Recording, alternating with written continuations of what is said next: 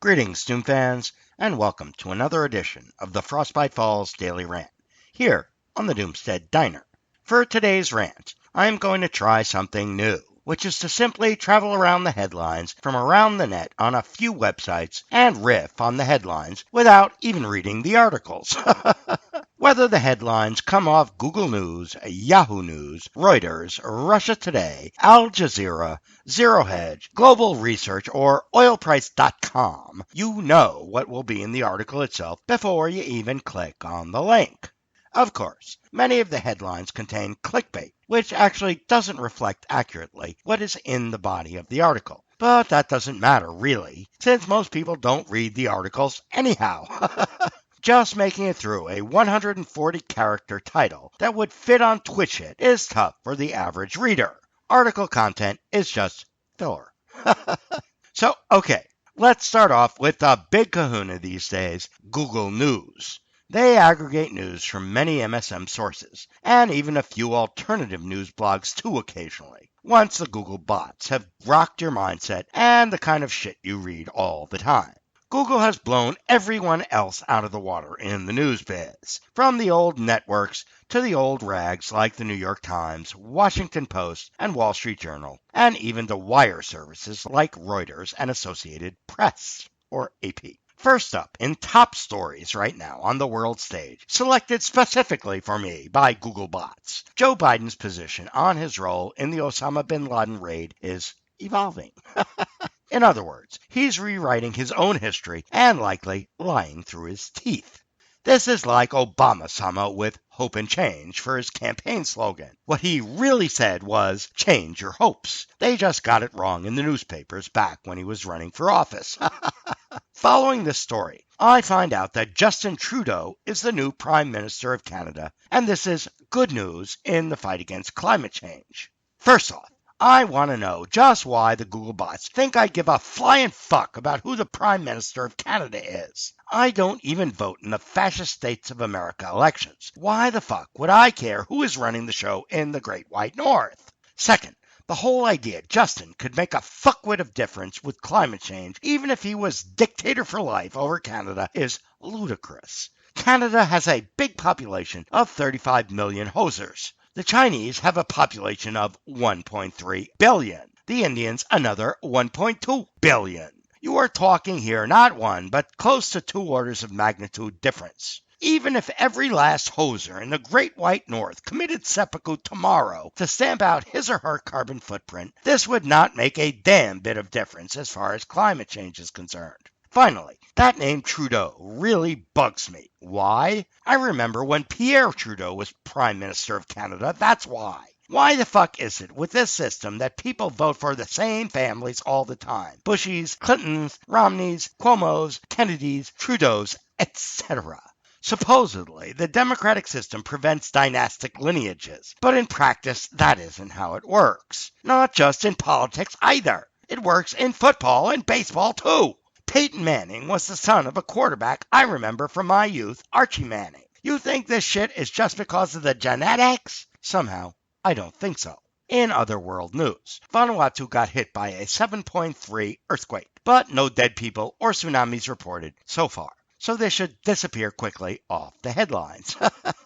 In the biz news on Google, ESPN is cutting 350 jobs, but Amazon.com is hiring bonkers of numbers of temporary employees for the holiday season. So hopefully the ESPN's pink slippers will find a new job with them through Christmas.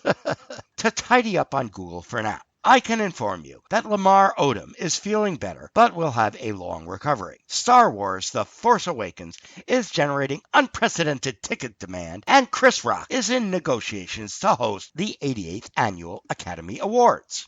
This is important news. Now, on to the financial news from Zero Hedge. Gold, bitches! Buy the fucking dip! The big problem with Zero is even finding the fucking headlines beneath all the pop-up ads and hoping all their scripts don't lock up your laptop. But if you manage to negotiate that shit, they often have financial news nobody else is covering. So they are a worthwhile stop for the Klapsnik, making the daily rounds of Doom News. The main downside is you almost always have to reboot your laptop after stopping for a visit there. On the geopolitical level, apparently there is a new Kraut Pole who fancies himself the next Uncle Adolf, complete with a Charlie Chaplin mustache, in this reincarnation known as Lutz Beckman, whose main complaint is that the concentration camps aren't open for business to house incoming Muslims. This, of course, was entirely predictable, as this wave of refugees descends on Germany, Sweden, and anywhere else. They have a purported open-door policy for these folks. Since about nowhere is actually creating new jobs for the people already living in these locations, newbies arriving is just more competition for the few jobs that are still available. Not to mention, they tend to not have the same customs and behavior patterns as the locals. Plus, their skin color is a tad darker as well. So you have right-wing, neo-Nazi, xenophobic type parties sprouting up like mushrooms all over Europe once again. At this rate, a full-blown Hitler type does not seem far off on the horizon over there. The only question is whether the Donald gets elected here first and assumes Der Führer mantle first. Apparently also, there are 5 major corporations sucking what little fresh water is left in California dry. I'm going to have to click on this headline to find out exactly who these nefarious corporations are. I'm guessing Nestle for one, since I have read about their water deviousness before. But who are the other 4? Okay. You have 3 big ag conglomerates. Harris Ranch that puts out a lot of beef. California Dairies that produces about 9% of the milk in the fascist states of America. And Paramount Farming that produces a lot of those almonds and pistachios you munch on while watching NASCAR on the boob tube. To round this out here, you have Occidental Petroleum using copious fresh water to frack up whatever oil is left under the ever-sinking California landscape as both the underground water and the underground oil get sucked up. As guessed, Nestle also listed in the top 5. This is all very interesting. But what the fuck is anybody gonna do about this?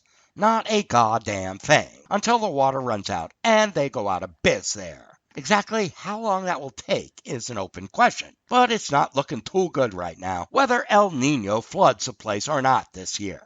Tyler Dirt also informs me that some economistas are stunned by the supposed outcome that some American happy motoristas use their savings on gasoline since the prices went down to buy more expensive gasoline. This sounds like clickbait to me. Gotta go scan this article also. Okay, this is nonsense clickbait. How do consumers buy more expensive gas to replace cheaper gas when the cheaper gas is what they are buying at the pump in the first place? Either the gas is cheap or expensive. It's not both at the same time.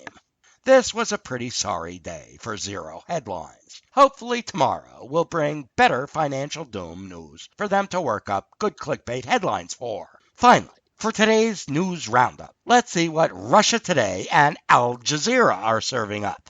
Okay.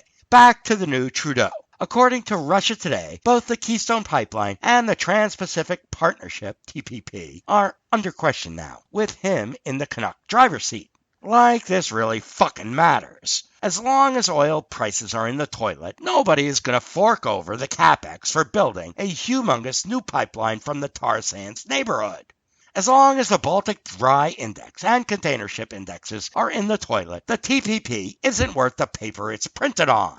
You need to actually have some trade going on to make that rulebook worth something. According to Russia Today as well, there is an extremely eccentric asteroid we will be getting near on Halloween. But don't worry, we probably won't collide with this one this time, despite its eccentricities. This asteroid has been known to wear women's underwear, amongst other eccentricities. The Senate is also blocking new federal funding for sanctuary cities for immigrants. Who knew we were building such cities? I thought only the Chinese built new cities from scratch. Total clickbait, of course, here. It's just more attempts at figuring out a way to stop the immigration problem, and destined for failure, just like all the Eurotrash plans are.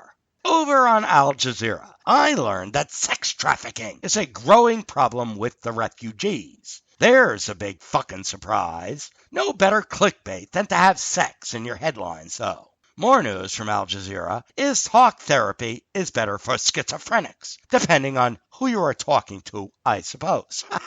The Chicago Peace Program has been cut amid shootings. I didn't know Chicago had a peace program. I thought they were fully committed to a violence program. They were doing good with that. Why did they cancel it for a peace program? Okay, that's enough on the Doom headline news for today. I'm going to skip over a trip to global research to find out what the socialists have to spend today. Maybe I'll do that in my next rant. And that's all the Doom. This time until next time, here on the Doomstead Diner.